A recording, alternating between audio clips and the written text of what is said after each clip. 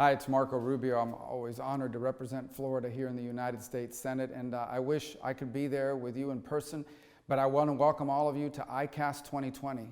This has been certainly a year of challenges. Our nation's grappling with the ongoing coronavirus pandemic and so forth, but if there's one thing I know is that, as true as ever, is that the fishing industry remains a critical part of Florida's economy and of the lifestyle that so many Floridians enjoy, including myself.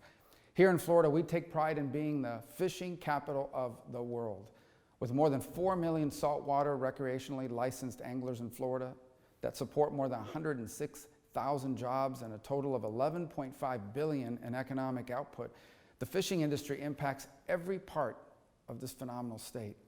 And this past fall, as the chairman of the Committee on Small Business, I convened a field hearing down in the Florida Keys to highlight the unique opportunities and the challenges that are facing Florida's coastal economy and the Florida Keys in particular. And at that hearing, we heard firsthand just how important the fishing industry is to our state's economy.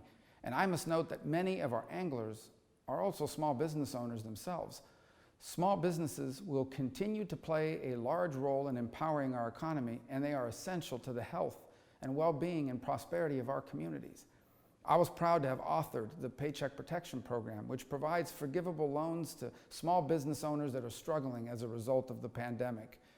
Now, while far too many Americans are still out of work, it is clear the economic situation for tens of millions of workers and millions of small businesses would have been far, far worse without the Paycheck Protection Program. And I'm proud that my colleagues were able to come together on this historic economic rescue plan.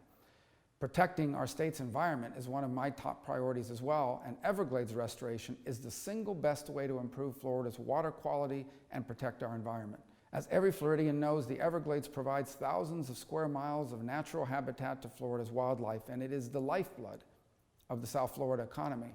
However, the region frequently suffers from considerable environmental degradation, including poor water quality and frequent destructive algal blooms that kill native aquatic plants and animals on a massive scale. The environmental, economic, and human health impacts from these events highlight the need for continued investment in conservation and restoration. Last year, I asked the Trump administration for an annual commitment of $200 million for these critical efforts, and the president came through. This year, the president agreed to our request to increase it to $250 million, and I'll be working with my colleagues here to make sure that Congress includes his request in our spending bill. I also saw the devastated condition of coral reefs firsthand when touring the Florida Keys National Marine Sanctuary last February, and I promised a comprehensive response. And my bipartisan Restoring Resilient Reefs Act will ensure that federal agencies are empowering state and local governments and nonprofit conservation groups to conduct important research and reef restoration efforts, which will greatly benefit the communities who rely on these vital and critical habitats. Understanding that harmful algal blooms are a significant threat to environmental harmony and economic stability in our coastal communities, I've introduced the South Florida Clean Coastal Waters Act, which would establish an interagency task force on these algal blooms and hypoxia to assess opportunities for controlling these events and mitigating their negative impacts. And I also remain dedicated to protecting our coast from offshore drilling.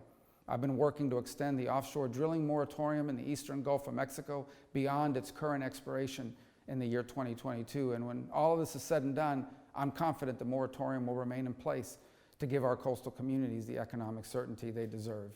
So I want to thank you all for participating in this year's ICAST virtual trade show, and I hope to see you very soon. I wish you all the best, and I hope you and your family stay safe and healthy during this time.